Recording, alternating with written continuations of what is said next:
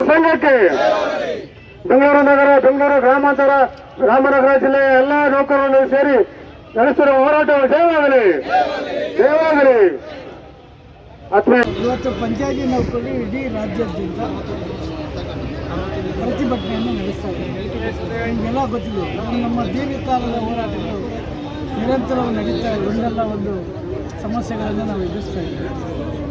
ಮುಖ್ಯವಾಗಿ ಇವತ್ತು ನಡೀತಾ ಇರ್ತಕ್ಕಂಥ ಪ್ರತಿಭಟನೆಯಿಂದ ಸರ್ಕಾರ ಮೇ ತಿಂಗಳು 22ನೇ ತಾರೀಕು ಕನಿಷ್ಠ ವೇತನವನ್ನು ಜಾರಿ ಮಾಡಿದೆ.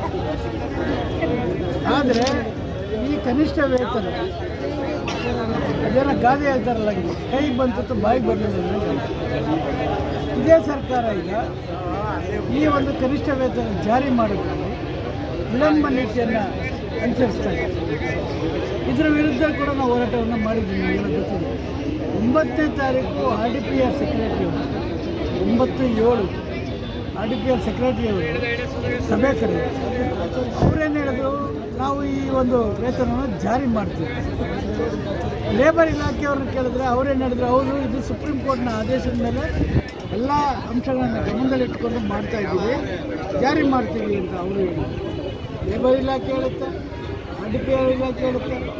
ಆದರೆ ಮೊನ್ನೆ 14ನೇ ತಾರೀಕು 14ನೇ ತಾರೀಕು ಕ್ಯಾಬಿನೆಟ್ ಸಬ್ ಕಮಿಟಿ ಕ್ಯಾಬಿನೆಟ್ ಸೇರಿ ಒಂದು ಉಪಸಮಿತಿಯನ್ನು ಪರಮೇಶ್ವರ್ ಅವರ ನೇತೃತ್ವದಲ್ಲಿ ಮಾಡಿದರು. ಇದರ ಉದ್ದೇಶ ಏನು ಅಂತಂದರೆ ಕನಿಷ್ಠ ವೇತನವನ್ನು ಪುನರ್ ಪರಿಶೀಲನೆ ಮಾಡಬೇಕು. ಯಾಕೆ ಮಾಡಬೇಕು ಅಂತಕ್ಕಂಥದ್ದು ಇವತ್ತು ನಮ್ಮ ಪ್ರಶ್ನೆ. ಈಗಾಗಲೇ ಸರ್ಕಾರ ಆದೇಶ ಮಾಡಿದೆ, ಜಾರಿ ಮಾಡೋ ಹಂತದಲ್ಲಿರುವಾಗ ಇದನ್ನು ಪರಿಶೀಲನೆ ಮಾಡ್ತಿದ್ದ ಅದೇ ಸರ್ಕಾರ ಒಂದು ಉಪಸಮಿತಿಯನ್ನು ಮಾಡಿರೋದನ್ನು ಖಂಡಿಸಿ ಇವತ್ತು ನಾವು ಇಡೀ ರಾಜ್ಯದಿಂದ ಹೋರಾಟವನ್ನು ಮಾಡ್ತಾ ಇದ್ದೀವಿ. ಸರ್ಕಾರ ಕೂಡಲೇ ಆ ಕಮಿಟಿಯನ್ನು ರದ್ದು ಮಾಡಬೇಕು.